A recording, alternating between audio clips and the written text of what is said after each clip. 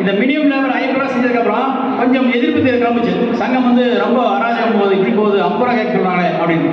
இந்த 50 ரூபா வாங்கி ருசி கண்ட உறுப்பினர்கள் இப்போ 100 ரூபா சார்ட் வந்து சங்கம் இல்லாத உறுப்பினர் வாங்கி மாட்டுறாங்க. இப்போ மினிமம் லேபர் 100 ரூபா. இப்போ 50 ரூபாயில யாரும் கேட்கறல, 100 ரூபா. அதனால எல்லா உறுப்பினர்களும் மினிமம் லேபர் சார்ட் இருக்கு. அந்த எல்லா உறுப்பினர் சார்ட் இருக்கிற ஒர்க் ஷாப்லாம் சங்கத்தில் இருக்கிற இல்லை.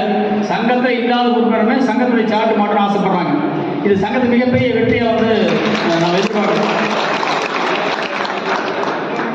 அதே போல எல்லாமே அதிகமாக லேபர் ஆகிறாங்க, குறைவாக லேபர் ஆகிற ஆளுகள் கம்மியாயிட்டாங்க. எல்லாமே நல்லா அதிகமாக லேபர் ஆகிறாங்க, வெளியே சொல்றது இல்லை.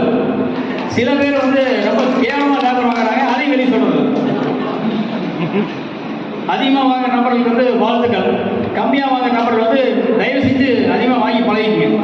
இன்னைக்கு ஒரு காஃபி வந்து 25 ரூபா, அதாவது சின்ன கடையில், பெரிய கடையில் 56 ரூபா, அதோட பெரிய கடையில் 180 ரூபா. ஈரோடு இருக்கு, அந்த 12 ரூபா காஃபி இருக்கு, 25 ரூபா காஃபி இருக்கு, 180 ரூபா காஃபி இருக்கு, 500 ரூபா காஃபி தரான். ஒரு கூலிங் காஃபி ஒரு 500 ரூபாய்க்கு ஒரு காஃபி தரான். கட்டிங் சேவிங் 750 ரூபாய்க்கு பண்றான், 150 ரூபாய்க்கு பண்றான், 4000 ரூபாய்க்கு பண்றான், 7000 கட்டிங் சேவ் பண்றான். நாம எந்த கேட்டகரியில முடிவு பண்ணிக்கணும். எந்த கேட்டகரி இருந்தாலும் நம்முடைய வருமானத்தை வந்து அதிகப்படுத்திக்கணும். அதிகப்படுத்தாம இல்லை இப்படி தான் இருப்பேன் அப்படின்னா பின்னாடி ஒன்றும் செய்ய முடியாது. நல்லா யோசனை பண்ணிங்க. மெயின் வருமானம் தான். சங்கம் செயல்படுது, கடை திறக்கிறோம், கடை போடுறோம், வண்டியில் போகிறோம், ஜாலியாக இருக்கிறோம், விலை சொல்லுவோம், இதெல்லாம் தேவையில்லாது. இருந்தாலும் இந்த சமூகத்துக்கு தேவையாக இருந்தாலும் நீங்கள் லேபர் அதிகமாக வாங்கி உங்களுடைய கையில் வந்து 4 காசு இருக்கணும். இருந்தால் மட்டும்தான் உங்களுக்கு வந்து மதிப்பு. ஆனால் 1 லட்ச ரூபாய்க்கு இடத்துல வாங்கி போட்டோன்னே நீங்கள் வந்து 50 லட்ச ரூபா எல்லாம் தெரியும். 1 லட்ச ரூபா தான் சொல்லி வாங்கி போட்டேன் கூட நீங்கள் 50 லட்ச ரூபா. இன்னைக்கு 50 லட்சம் சர்வசமாக போச்சு. இன்னைக்கு 50 லட்சம் வாங்கி போட்டாங்க, அதே 5 கோடி ரூபா. அதனால் தயவுசெய்து இடத்துலையும் தங்கத்துலையும் இன்வெஸ்ட் பண்ணுங்க.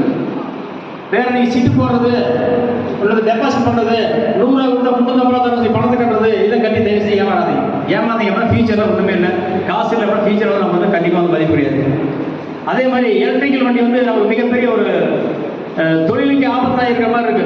எலக்ட்ரிக்கல் வண்டி நம்மளுடைய தொழில் மிகப்பெரிய ஆபத்து. ஒன்னா எலக்ட்ரிக் மட்டும் நாம போகணும், இல்லைன்னா வரக்கூடிய வாகனங்கள்ல நம்ம தக்க வச்சுக்கணும்.